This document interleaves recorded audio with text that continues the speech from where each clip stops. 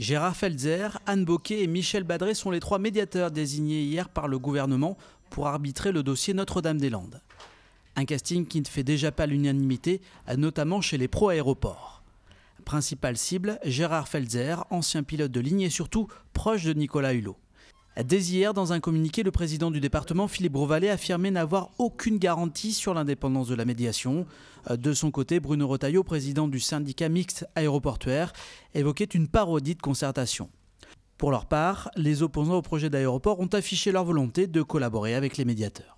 Nous n'avons pas de jugement à porter sur les 3 personnes. Ce qui est important, c'est la manière dont va se dérouler leur mission et ce qu'ils vont pouvoir mettre sur la table de manière à rouvrir le dossier.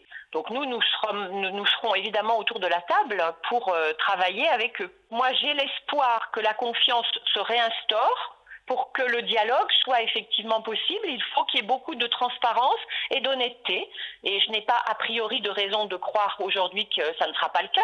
Donc j'espère vraiment qu'on va pouvoir travailler enfin. La mission des médiateurs durera 6 mois. Une décision définitive sur l'avenir du projet doit être prise avant la fin de l'année 2017. Une fin de saison en beauté pour le HBC Nantes. Les handballeurs nantais vont emporter 38-33 face à Saint-Raphaël dans une trocardière pleine à craquer, avec à la clé beaucoup d'émotions. On a été présent sur plein de compétitions, on finit en apothéose avec un titre. Et voilà, et c'est vraiment c'est la manière on s'est battu jusqu'au bout et franchement c'est une vraie fierté. Le club peut être fier de ses joueurs et les supporters aussi parce que voilà, on a fait on a été une belle unité et c'est top. Moi j'ai tellement de plaisir des fois quand je me promène à Nantes ou même des fois ailleurs, qu'il y a quelqu'un qui vient me voir, qui me dit ouais, bravo, on est trop content, ce que fait le H et tout. Je me dis bon sang, mais rien qu'une personne qui me parle comme ça sur le marché, chez le coiffeur ou n'importe où, à la station-service. L'autre fois, à la déchetterie, le mec qui me voit en train de décharger tous mes trucs tout pourris là, parce que je vais encore déménager. Je dis mais vous êtes monsieur Lanty, mais oh, merci et tout. Le mec, je trouve que ça n'a pas de prix ça. Pour moi, ça n'a pas de prix. Ce vendredi débute le Nantes Food Forum, un rendez-vous grand public sur l'alimentation de demain et qui fait la part belle aux producteurs locaux. Anaïs Michaud. Dans cette exploitation de la Chapelle-sur-Erdre, on produit des fraises en agriculture raisonnée. On produit de la fraise de pleine terre. On travaille sur 1 an de production de fraises, 8 ans d'herbe pour éviter les fatigues de sol.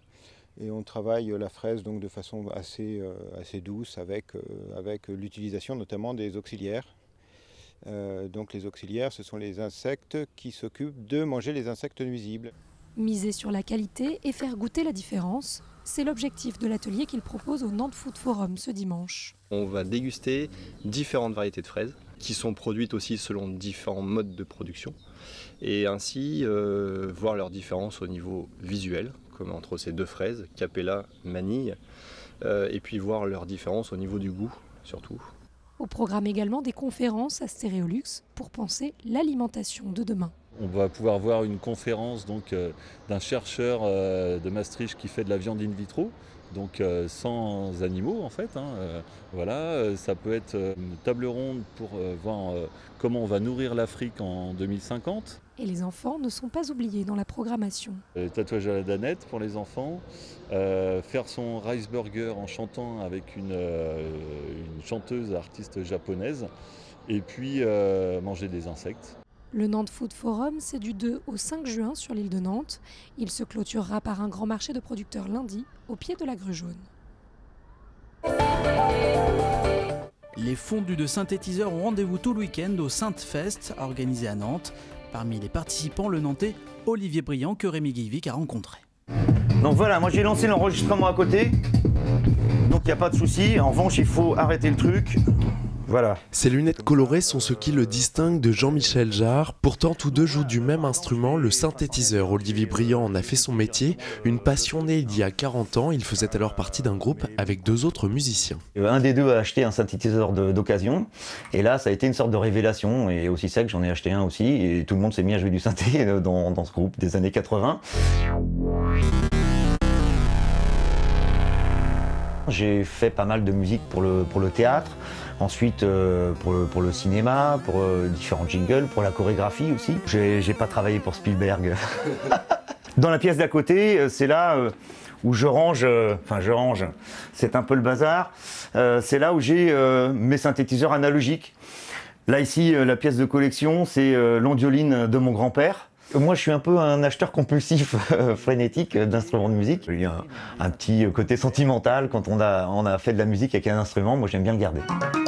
Avec son association, il organise ce week-end la 4e édition du Synfest France à Nantes. Au programme, conférences et concerts autour du synthétiseur. En fait, le Synfest, c'est vraiment la réunion de tous les passionnés français qui partagent la même passion du synthétiseur.